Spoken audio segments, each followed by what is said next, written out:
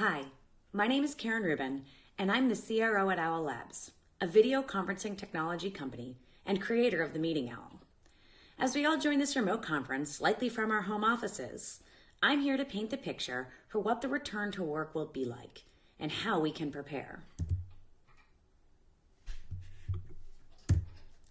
Before we begin, I want to take a moment to send well wishes to anyone who has been affected during this difficult time, as well as to share my gratitude for those who've worked incredibly hard to support us and our communities. It has to be said that these are unprecedented times. Nearly overnight, the business world has shifted to a work-from-home world. The first few weeks were incredibly jarring, figuring out a new way to work without much warning. Even coming from a place like Owl Labs, where nearly 50% of our team is remote, it was still a challenge. Since then, it's gotten a lot better. We started to get into the groove, and we've all learned a lot, from how to better communicate, work together, learn the benefits of video. The list goes on. And while it's great things have improved, we're all still anxious for the day when we can return to normal. But in order to get there, we need to ask ourselves, what will be the new normal? To help us think through that, let's pause for a minute and think about what both employees and businesses are focused on right now. Businesses are in a state of regrowth. Sadly, many companies have suffered layoffs, furloughs, and budget cuts, quick decisions for the sake of survival. Those businesses will be looking forward to getting back on track and back to growth. Employees, while anxious to get back to new normal, will also be cautious. Their perception of working from home has likely changed, and that could be for the better or the worse. But no matter what, they'll be taking those new perceptions back to work with them. The first step for us to prepare for the return to work is to acknowledge what has changed. Employees will return in waves with varied preferences for office versus remote working. Work travel is going to be extremely rare for the foreseeable future. It's unlikely that your entire team will be in the same place all at once. Businesses are going to need to be cautious about resources as they rebuild, and will be in a state of uncertainty for a long time. And while it can be overwhelming to imagine how much has changed, I want to take a minute to remind you that in these difficult times, we have to focus on what we can control. And that's exactly what we're going to talk about today. I'm going to share 3 areas that you as a leader should focus on in order to prepare for the return to work. These are planning for your team's return. These are the things you will need to ready now in order to make your team's return to work as smooth as possible. Restoring morale and productivity. This has been a difficult experience for all of us. How can we support our team first before driving productivity? And preparing your business for the future. There are a lot of unknowns, and we'll walk through our suggestions for how you can be as prepared as possible. So let's start with planning for the return. Before we begin, let's take a moment to think a bit more about what the return to work will look like.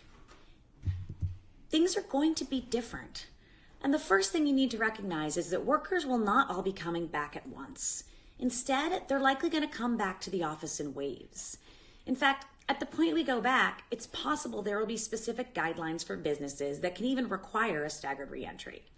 You've got the opportunity to design what those waves look like for your team and your company. Next, there will be a spectrum for how comfortable people are about returning to work. Some folks might be craving a return to the office, while others might want to hang back at home a bit longer. And still, others may wish to stay working from home simply because it's worked better for them.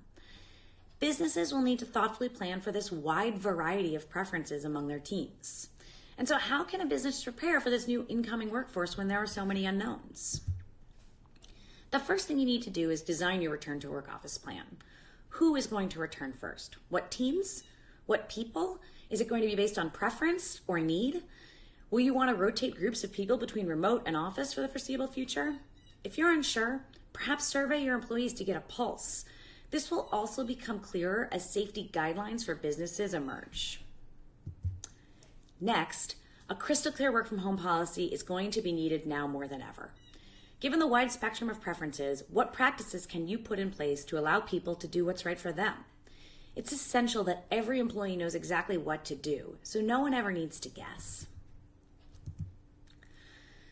Very likely your office space will need to be significantly changed for this new workforce. How can you better use your space to help your team be both comfortable, safe, and productive? Will people need to be 6 feet apart? Will you need to reconfigure open floor plans, office spaces? If you're hot desking, that perhaps won't work for the foreseeable future for the sake of giving people their own dedicated space. You should consider if your workspace is designed to effectively connect in-office people with those who are working from home. Do you have the ability to connect with peers through video? Any space in your office that doesn't connect to the outside world is going to be a wasted space.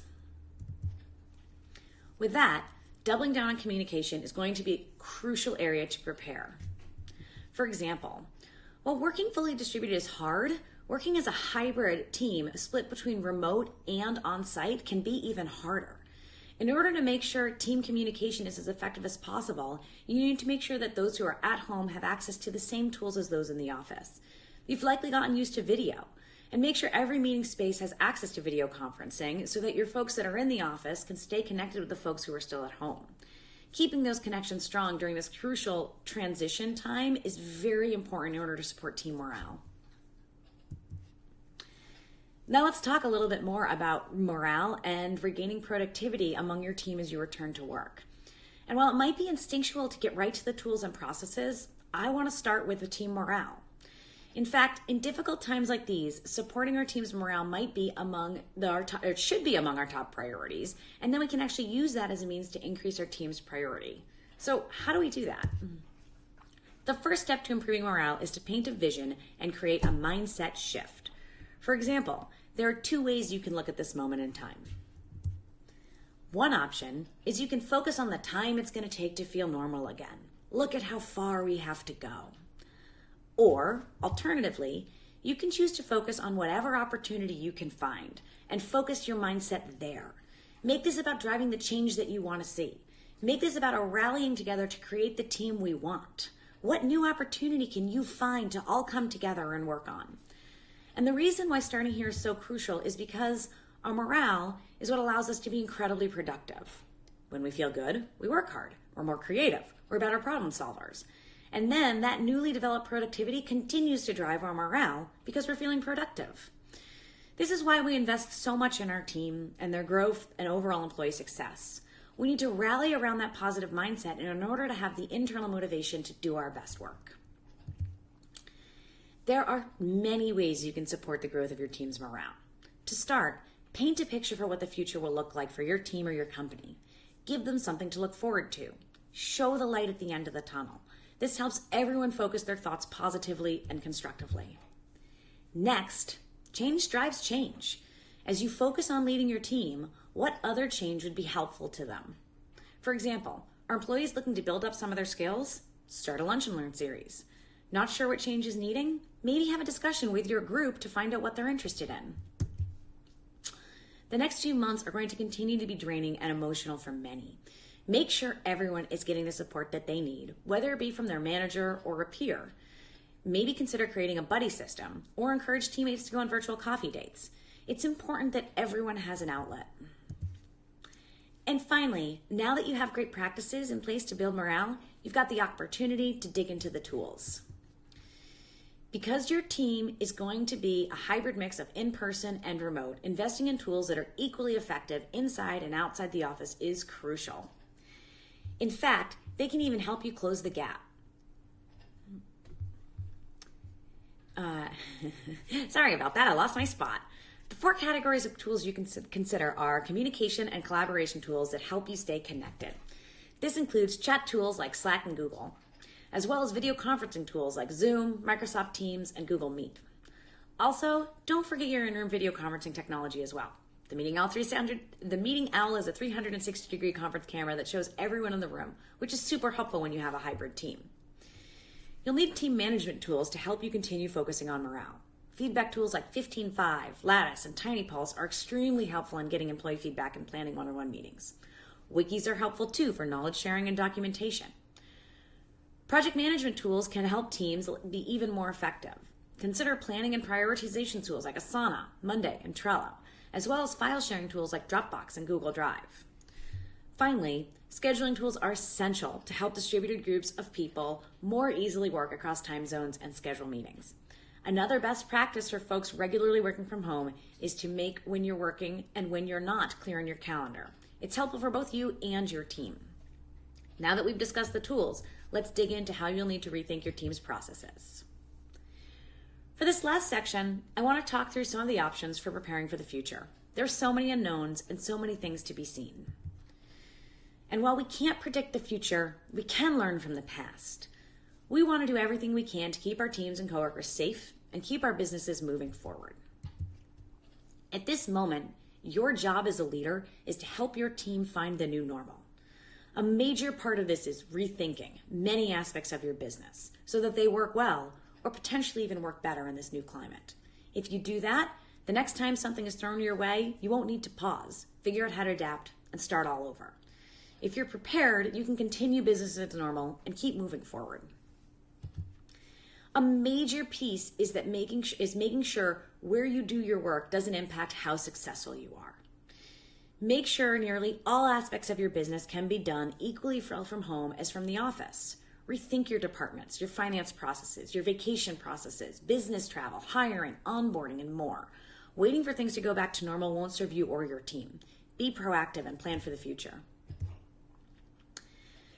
Now that your team and processes are in place, getting back to growth is essential. This is a good moment in time to redesign your 2020 plan to help you think back to your vision for where you want your businesses to be in a year. Now start to design the growth plan to get there. In fact, you can use this as an opportunity to rally your team by putting different leaders on new initiatives so they have a part in moving things forward too.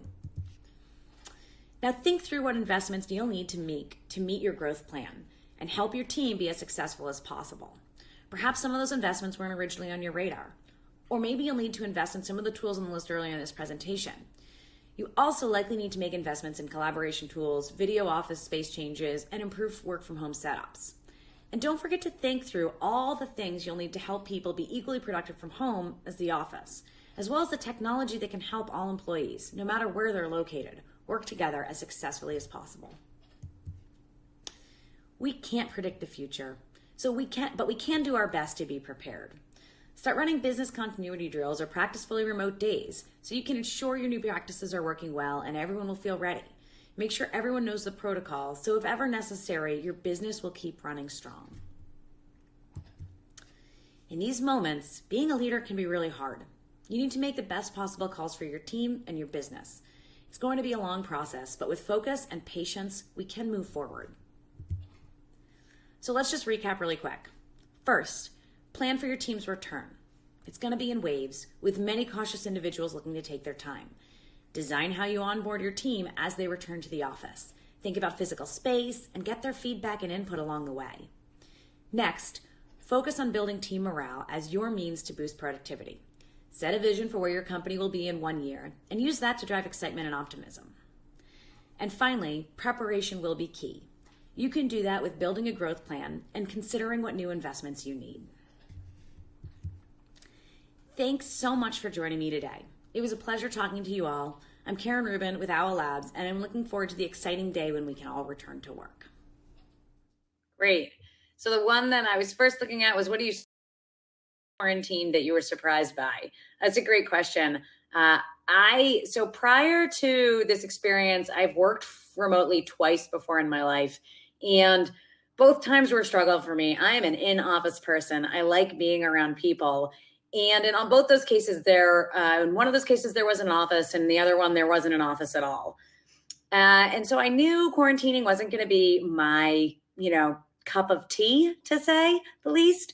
And I also thought it was an interesting experience. We work in the space of helping people understand how to remote work, and this concept of being fully distributed versus fully in office versus a hybrid team was one that I'm really interested in, and I've never been a part of a fully distributed team.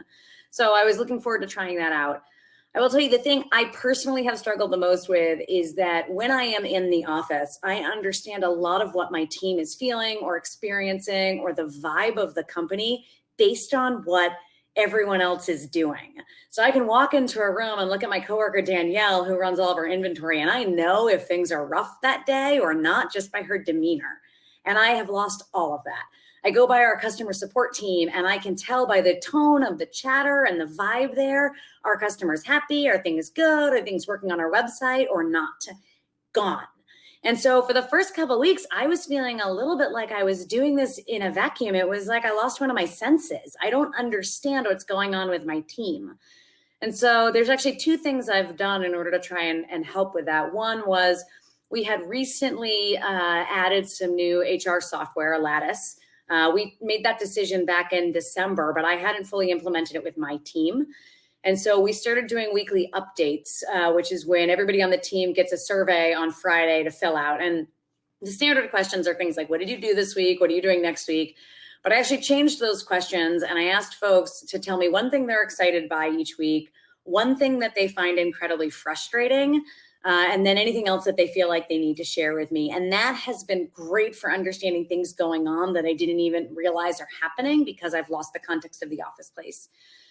The second thing that we've done is what I've done is each day I set an hour for myself to check in with different people, and I block it off on my calendar. Everybody knows when it's happening. And then I have a kind of a random person generator in an Excel spreadsheet that gives me 5 different people, or actually it's down to 3 people. I started with 5 people, and those are just people that I check in with a Slack and making sure that I'm talking with everybody on the team on a regular basis, getting in touch with folks, seeing how they're doing. I thought I could handle 5 people in an hour, and that was way too many. So I cut it back to 3 people. And just to have that like day-to-day contact with more than just my direct reports, but kind of the broader team and understanding what's going on. And I don't think those have solved my problem, but they've certainly helped, and they've given me the opportunity to really understand what's going on more. But for me, it was that vibe in the office and really getting a sense for the team that's going on that I have personally struggled with the most. So the next one, great. What tools or resources do you recommend for employee engagement as it pertains to a hybrid structure? I think this is a great question, but first let's just define what hybrid structure is, because I think there's a lot of different definitions. We talk about fully distributed teams. We talk about fully in-office teams. And I think a hybrid team is anything in the middle. So you've got some people in offices, you have some people remote. Could be that you have multiple offices in different locations. Could be that you have one office with people scattered around. There's a lot of different ways that the hybrid teams takes form. And I think that a lot of companies have set up their teams such that there's a priority for folks that are in the office. And as a hybrid team, you really have to start to shift that and really put the onus on you as a leader and as a team to think about that remote person more, or that remote team. So maybe it's the person in the kind of smaller office that's somewhere far away, or the team that's over there. And so tools, obviously, I work at Owl Labs, and we build a wonderful 360-degree video conferencing camera that helps for this. But I do think great video conferencing hardware is an important part of this. You want it to be easy for people to start meetings. You want it to be simple so that you're not 10 minutes late to every meeting. You want to make sure that when you do start those meetings, everyone has a great experience. Personally, I'm a fan of Zoom because it has that grid feature so I can see everybody at once. But lots of other video conferencing platforms are really great too. And I think it matters more that you have one. That's the most important thing. I also think finding tools so that you can collaborate asynchronously are important too. We use a combination of Google Docs and Slack. You might have different tools that you use. Maybe it's Microsoft Teams, or there are plenty of others. But finding a way to have that asynchronous collaboration that allows you to talk via email, but also more real time, which chat is a wonderful thing for. So I would definitely make sure that you have video conferencing setups so that everybody can have that you have communication tools that allow you to collaborate on different wavelengths, quick time chat, quick, fast communication like chat, but also the more slow asynchronous stuff like email, which obviously we all have. And then I also think that it's worth playing around with a lot of the tools that are out there to help your teams communicate in different ways and come together. There's one that I think is a really cool idea, which is called Donut, which basically matches people in your organization to get together for a donut or coffee or a virtual coffee or whatever it is. And I think every team is going to have different ways that they need to come together in order to have those conversations that might normally happen at a water cooler or at the local watering hole, whatever it is. But we have to, especially in this time, find other ways to do that. And when you're hybrid, you need to find ways to do that spread across distance. And so we used to, at Owl Labs, go to the local bar, which was right down the street. It was this Irish pub. that I still love in Somerville, Massachusetts. And we would bring an owl with us and a computer. And trust me, the local Somervillians think we're crazy, but we would show up with our video conferencing camera and a computer, and we would put it in the middle of our, after hour drinks, so that the folks that aren't in our Boston office could join in and see what was going on and say hi to us. And just, participate and be a part of it. Every team's got to find their own ways to make those things happen, but I definitely recommend looking at a lot of those different tools. That's awesome. I love that idea. Thanks, Karen. I'm going to skip down a couple just because this thought is kind of in the same vein, and I figure we might as well knock this one off as well.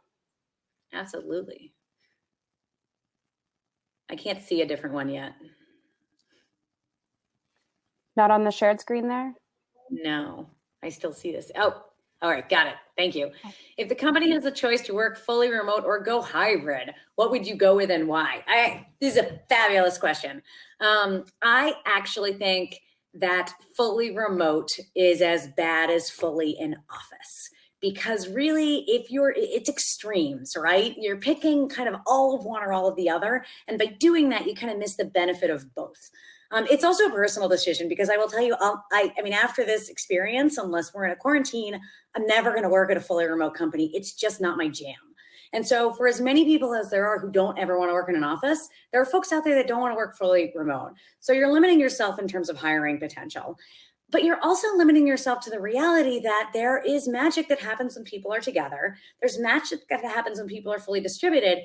And it is absolutely harder to be a fully hybrid team. Like, that is the harder answer. And it enables us to do both the things when we're together that work really well and the things that were remote that work really well. And so I'm a firm believer in the hybrid team. And that's not just because I work at Owl Labs. That's because that is the environment that I have thrived in my entire career, and I believe in it. There are times when I want to go home and sit in a hole and not have anyone bother me and focus on my work. And that's great to have the ability to do that. And it is also great to be able to come into a group of people and have those dynamic conversations where we're working together. And so to put yourself in an all or none situation where you're only fully in the office or only fully remote, I think you miss out on the benefits of the other side. And really, we will all maximize our potential if we find a way to encompass both these opportunities into our day-to-day. So I am completely team hybrid. I think it's a wonderful way to work.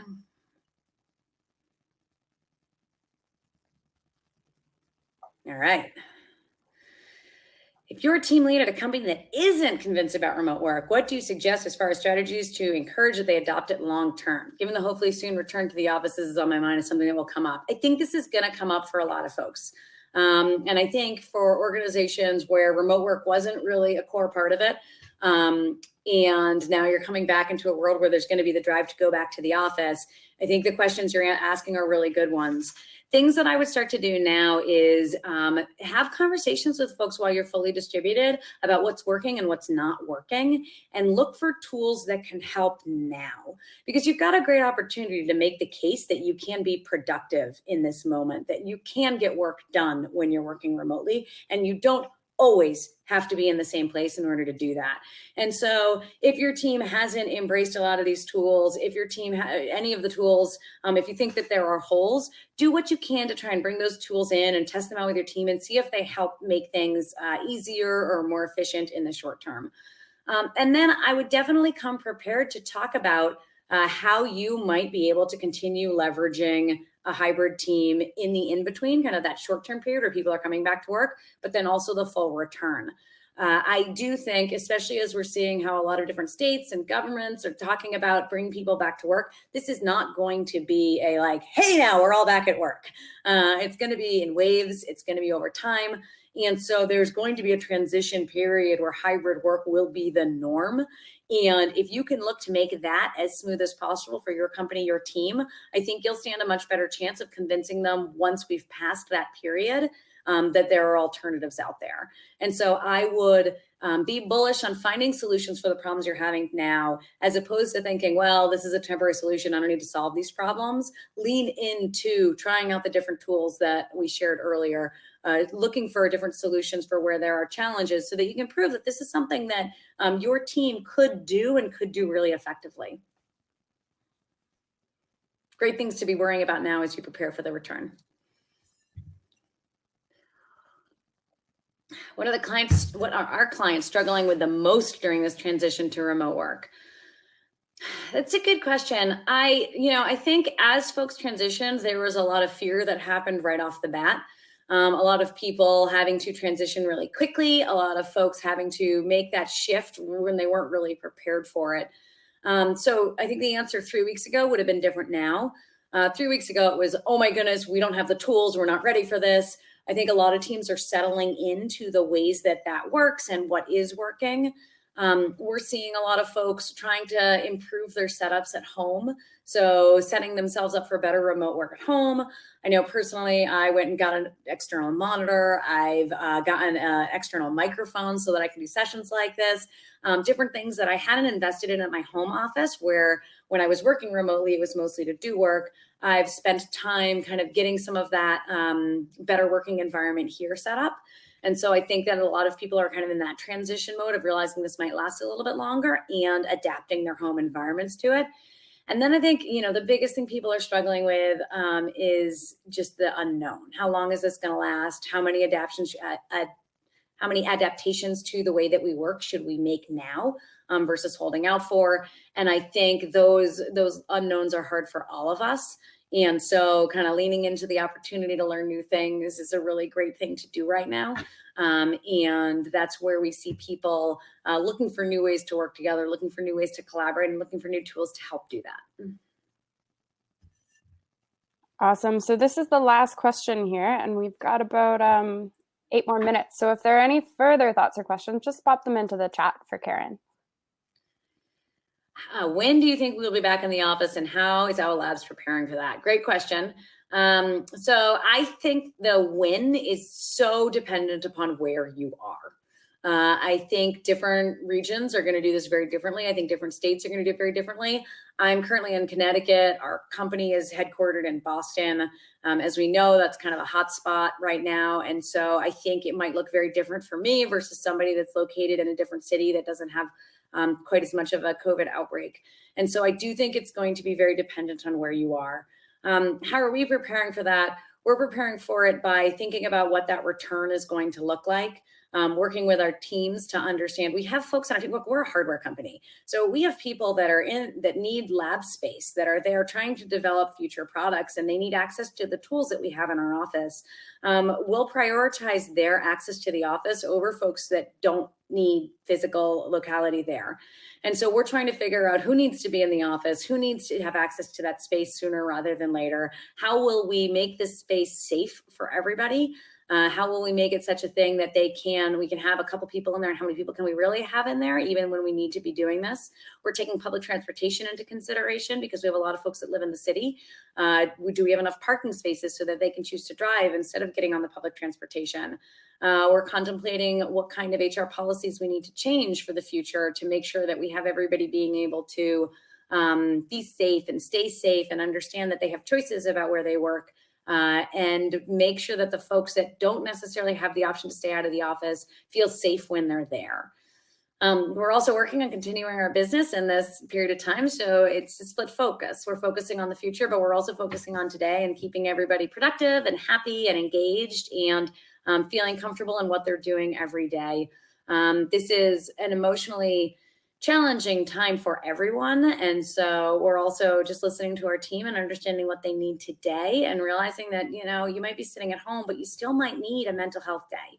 This might get to be too much at times, and trying to be there for folks when they need those things, recognizing that, we all have to get from one day to the next and 1 week to the next and get through this together.